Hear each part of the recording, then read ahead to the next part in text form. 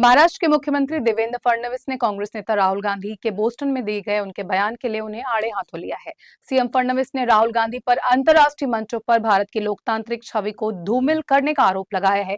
Media से बात करते हुए फडणवीस ने कहा, ये बहुत दुखद है कि राहुल गांधी विदेश में रहते हुए भारत की संवैधानिक संस्थाओं के बारे में झूठ फैलाते हैं, जो उनकी बार बार चुनावी हार की हताशा को दर्शाता है। राहुल गांधींनी परदेशात जाऊन भारताची बदनामी केली, भारतीय लोकशाहीची बदनामी केली, भारताच्या संविधानाने तयार केलेल्या लोकशाहीच्या संस्थांची बदनामी केली आणि सातत्याने अशा प्रकारे ते ही बदनामी करतायत। हे अतिशय निंदनीय अशा प्रकारचं कार्य आहे।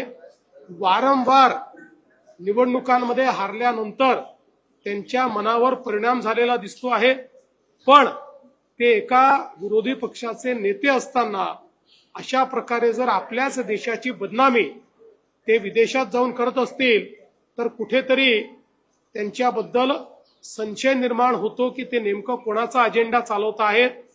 आणि विशेषतः माझा त्यांना सल्ला आहे, त्यांनी जनतेत जाऊन काम केलं पाहिजे।